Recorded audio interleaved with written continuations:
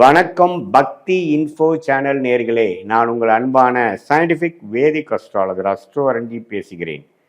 நல்லது நினைப்போம், நல்லதே நடக்கும். இந்த வீடியோவில் நம்ம என்ன பார்க்க போறோம்னா, மீன ராசிக்காரர்களுக்கு செப்டம்பர் 2026 எத்தகைய ஒரு மாதமாக இருக்க போகுதுங்கிறத நம்ம சயின்டிஃபிக் வேதிக் அஸ்ட்ராலஜி முறையில் எதையும் மிகைப்படுத்தாமல், பரிகாரங்கள் அது மாதிரி மூடநம்பிக்கையில் போகாமல் உள்ளது உள்ளவாறு இந்திய வேத ஜோதிட அடிப்படையிலான இந்த ஒளி தத்துவம் சயின்டிஃபிக் வேதிக் அஸ்ட்ராலஜி முறை எது மாதிரி அமைப்பு கொடுக்குது, அந்த டிகிரி அடிப்படையில் ஒரு கிரகமும் ஒரு ராசிக்கு அந்தந்த இடத்துல இருந்து சஞ்சரிக்கும் பொழுது எது மாதிரி ஒரு தாக்கத்தை கொடுக்க போகுதுங்கிறத நம்ம துல்லியமாக பார்க்க போறோம். இப்போ பாருங்க, ஜென்மசனியால் பாதிக்கப்பட்டு அவதிப்பட்டு கொண்டிருக்கக்கூடிய மீனராசிக்காரர்களுக்கு குருவின் பார்வை ஒரு நிவர்த்தியை கொடுத்து அது ஒரு சுபத்துவமான ஒரு நல்ல ஒரு மீனராசி ஜென்மசனியாக இருக்குதுங்க. கடந்த ஃபர்ஸ்ட் ஆஃப் அஃபெக்ட் பண்ணுறதோட இப்போ ஒரு 3 மாதமாக சில முடிவுகளை எடுத்து நீங்கள் கொஞ்சம் எல்லாமே கொஞ்சம் கண்ட்ரோலுக்கு கொண்டு வர ட்ரை பண்ணுறீங்கிறதா உண்மை.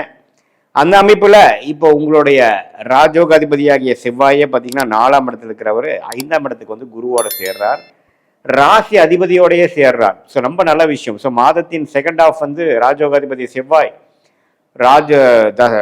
ராசி அதிபதியோடையே சேருவது ரொம்ப நல்லது. ஸோ வாழ்க்கையில் சில உத்வேகமான சில முடிவுகள், பாசிட்டிவான சில விஷயங்கள் எல்லாம் நடக்கக்கூடிய அமைப்புகள் மாதத்தின் செகண்ட் ஆஃப் நீங்கள் எதிர்பார்க்கலாம். அதே மாதிரி 6ஆம் இடத்துல புதன் சூரியன் இருந்து மாதத்தின் செகண்ட் ஆஃப்ல 7ஆம் இடத்துக்கு போவது அருமை.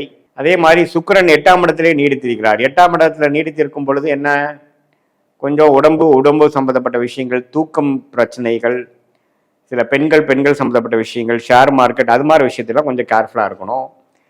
கொஞ்சம் யார் மூலமாக வர வேண்டிய பணம் கொஞ்சம் நல்லா வர்ற மாதிரியும், கொஞ்சம் கூட்டு தொழில், இம்போர்ட் எக்ஸ்போர்ட், வெளிநாடு தொடர்புகள், வெளி மாநிலம் அதெல்லாம் கொஞ்சம் பாசிட்டிவாக வரக்கூடிய அமைப்புகள் இருக்குது. பெண்கள் விஷயத்தில் மட்டும் கொஞ்சம் கேர்ஃபுல்லாக இருக்கக்கூடிய அமைப்புகள் இருக்குது. ஏன்னா சுக்கிரன் 8ல் மறைந்திருக்கிறார், அதே சமயத்தில் செவ்வாயின் பார்வையும் பெறுகிறார். ஸோ மற்றபடி உடம்பு உபாதைகளை தவிர மற்ற பாசிட்டிவான சில விஷயங்கள்லாம் நிறையா நம்ம எதிர்பார்க்கலாம். அதே சமயத்தில் ராகு 12ஆம் இடத்திலும், கேது 6ஆம் இடத்திலும், சனி ராசிக்குள்ளேயும், குரு 5ஆம் இடத்துலையும் இருக்கிறது எல்லாமே ஓரளவுக்கு பாசிட்டிவ் தான். ஸோ வெளி மாநிலம், வெளிநாடு போகணும்னு நினைக்கிறவங்களுக்கு ரொம்ப பாசிட்டிவான விஷயங்கள், சுப விரயங்கள், செலவுகள் அதிகமாக இருந்தாலும் வருமானங்களும் இருக்கும்.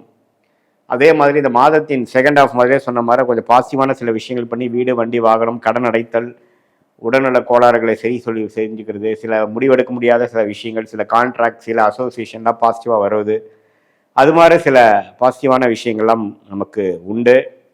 ஸோ அந்த ஜென்மசனி என்னதான் ஒரு மாதிரியான ஒரு கெட்டான ஒரு சூழ்நிலை கொடுத்தாலும் இது மாதிரி சில சாதகமான கிரக பெயர்ச்சிகள் வந்து ஓரளவுக்கு மீனராசிக்காரர்கள் அந்த ஜென்மசனியை போராடி அதை எதிர்கொண்டு அதை சமாளிக்கிற அளவுக்கான வலுவையும் தீர்க்கமான விவேகத்தையும் கொடுக்கக்கூடிய அமைப்புகள் உண்டு.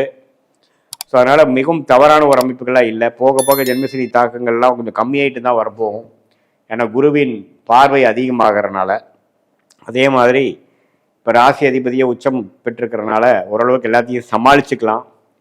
என்ன ஒரு விஷயம்னா, தேவையில்லாத செலவுகள் அது மாதிரி விஷயங்கள் மட்டும் கொஞ்சம் கண்ட்ரோலில் வைங்க. அது மாதிரி இம்பார்ட்டண்டான நம்ம கிரிட்டிக்கலான நம்ம இன்வெஸ்ட்மெண்ட் ஓரியன்டான டெசிஷன்ஸ்லாம் நீங்கள் அடுத்த வருஷம் தான் பண்ணணும். ஜென்மசனி எப்போ பண்ணக்கூடாது. இது மாதிரி சில முக்கியமான விஷயங்கள்லாம் நான் வச்சுக்கணும். இது ஒரு பொதுவான பலனை தவிர உங்களுடைய பிறந்த தேதி, பிறந்த நேரம், புரிந்த உரை வைத்து வரக்கூடிய அந்த ஜென்ம ஜாதகத்தில் உங்களுடைய லக்னம் என்ன, நீங்கள் எந்த மாதிரி நட்சத்திரத்தில் பிறந்தீங்க, நீங்கள் வந்து உத்திரட்டாதியா, ரேவதியா அல்லது பூரட்டாதியா, இப்போ உங்களுக்கு என்ன தசாபுக்திகள் போயிட்டு இருக்கிறதெல்லாம் சேர்த்து வைத்து பார்க்கும் பொழுது உண்மையே துல்லியமான பலன்கள் சயின்டிஃபிக் வேதிக் அஸ்ட்ராலஜி முறையில் நம்மளால இனிமே பார்க்க முடியும். என்ன தசை போயிட்டு இருக்கு, தசநாதன் கோச்சாரத்தில் எப்படி இருக்கார், என்ன புக்தி போயிட்டு இருக்கு, புத்திநாதன் கோச்சாரத்தில் எப்படி இருக்கார், அதெல்லாம் சேர்த்து வைத்து பார்க்கும் பொழுது இப்போ நான் உங்களுக்கு கோச்சார பலன்களாக சாதகமான பலன்களை சொன்னேன்னா உண்மையே உங்களுக்கு தசாபுக்திகள் இன்னும் சிறப்பான தசாபுக்திகள் போகும்பொழுது உண்மையே யோகமான பலன்களாகவும், கொஞ்சம் சாதகமற்ற உங்களுடைய லக்னத்துக்கு மிகவும் சாதாரணமான வரக்கூடாத திசை மாற போயிட்டு இருந்ததுன்னா கொஞ்சம் பாதகமான சில பலன்களும் எதிர்பார்க்கலாம். ஸோ உங்களுடைய ஜாதகத்தை வச்சு பார்க்கும்பொழுது தான் துல்லியமான பலன்கள் கொடுக்க முடியும். இப்போ நம்ம பேசின அந்த கோச்சார அமைப்பெல்லாம் வந்து சப்போர்ட்டிங்காக தான் எடுத்துக்க முடியும். ஸோ எது மாதிரி நம்ம தெரிஞ்சுக்கலாம்னா, நமக்கு அடுத்து வரக்கூடிய அமைப்புகள் எப்படி இருக்குது, நம்மளுடைய வேலை வாய்ப்பு, தொழில், அரசு உத்தியோகமா, கார்பரேட் லைஃபா, வெளிநாடா, எது மாதிரி விஷயங்கள், எந்த துறையில் நம்ம போகலாம், அது மாதிரி சில விஷயங்கள் எல்லாமே நம்ம வந்து ஒன்றுக்கொன்று நம்ம சரி செய்து பார்த்துக்கக்கூடிய அமைப்புகள் கண்டிப்பாக உண்டு. அதே மாதிரி இல்லற வாழ்க்கை, குழந்தை விஷயங்கள், கல்யாணம், காதல், அதே மாதிரி ஹெல்த்து, கடன் அடைதல், இது மாதிரி ரொம்ப இக்கட்டான ஒரு சில விஷயங்கள்லாம் வாழ்க்கையில் எது மாதிரி அமைப்புகள் நம்ம பேட்டர்னில் இருக்குது, நம்ம தசாபுக்திகள் எப்படி இருக்குது, நம்ம ஜாதகத்தில் இந்த 6ஆம் இடம் 8ஆம் இடம்லாம் எப்படி இருக்குது, எது மாதிரி டைமில் எல்லாமே சரியாகும், எதை நம்ம எதிர்பார்க்கலாம், எப்படி நமக்கு கிரகங்கள் காய் நகர்த்துகிறது அப்படிங்கிறத நம்மளுடைய டைம் லைன்ஸை தெரிந்து கொண்டே ஆனால் நம்மளுடைய திட்டங்களையும் நம்மளுடைய செயல்பாடுகளையும் அதுக்கு தகுந்த மாதிரி நம்ம அலைன் பண்ணுவது மிகவும் நல்லது. ஸோ அது மூலமாக தேவையற்ற பண விரயங்கள், தேவையற்ற சமய விரயங்கள், இது எல்லாத்தையும் கொஞ்சம் தவிர்த்து வாழ்க்கையில் அடுத்தடுத்தபடியாக நம்ம முன்னேறும் பொழுது வாழ்க்கையில் தேவையற்றமான ஒரு விஷயங்கள், எது மாதிரி ஒரு அமைப்புகள் நமக்கு உகந்ததாக இருக்குது, எதை வந்தால் தவிர்க்கலாம்.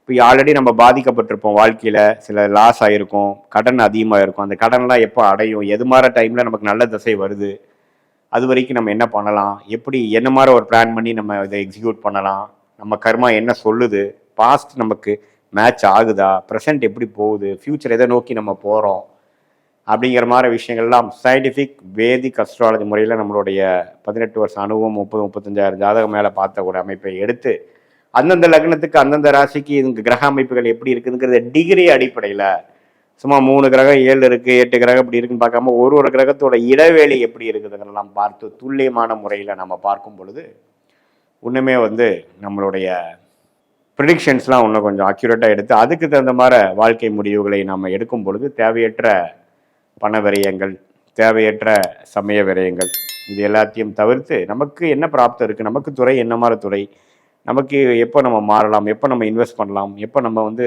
பலன்கள் நல்லா இருக்கும் அப்படிங்கிற விஷயங்கள் தெரியும் பொழுது அதுக்கு தகுந்த மாதிரி நம்ம ப்ரெசண்ட்டு பாஸ்ட் எல்லாம் மேட்ச் பண்ணி பார்க்கும் பொழுது அப்படி தான் இருக்குது. அப்படிங்கும் பொழுது நம்ம திட்டங்களை தீட்டி ஷார்ப்பாக ஃப்யூச்சரில் சில தப்பான முடிவுகள் எடுத்து அது மூலமாக சில பாதிப்புகளை பெறாமல் கொஞ்சம் ரியாலிட்டியோட சிங்க் ஆகி நம்ம போகும்பொழுது வாழ்க்கையில் இன்னுமே நம்மளுடைய பிராப்தம் என்ன, நம்மளுடைய பொட்டென்ஷியல் என்னங்கிறதை தெரிந்து அதுவுக்கு நம்ம எவ்வளோ தூரம் மேக்சிமைஸ் பண்ண முடியும் அப்படிங்கிறதை நம்ம ஃபாலோ பண்ணும் பொழுது சயின்டிஃபிக் வேதிக் அஸ்ட்ராலஜி முறையில் நல்ல ஒரு கிளாரிட்டி பெற்று அதுக்கு தகுந்த மாதிரி ஒரு வாழ்க்கை பலன்கள், வாழ்க்கை அமைப்புகளை, அது கல்யாணமாக இருந்தாலும் சரி, வேலையாக இருந்தாலும் சரி, தொழிலாக இருந்தாலும் சரி, நம்மளுடைய எதிர்கால முடிவுகளாக இருந்தாலும் சரி, இடமாற்றமாக இருந்தாலும் சரி, இன்வெஸ்ட்மெண்ட்டாக இருந்தாலும் சரி, கடன், ஹெல்த், அது மாதிரி ரிலேட்டடான விஷயங்கள் எந்த மாதிரி அமைப்புகள் இருக்குது, எப்படி நமக்கு இருக்குது, எதில் நம்ம கேர்ஃபுல்லாக இருக்கணும், எதில் நம்ம ஜெயிக்கலாம் அப்படிங்கிறதை தெரிந்து நம்ம செயல்படும் பொழுது வாழ்க்கையில் தேவையற்ற பண விரயங்கள், சமய விரயங்களை தவிர்த்து எதிர்நீச்சல் போடாமல் வாழ்க்கையில் எளிதில் நம்ம வெற்றி பெற முடியும் என்று சொல்ல விரும்புகிறேன். மீண்டும் மற்றொரு காணொளியில் சந்திப்போம். நன்றி, வணக்கம்.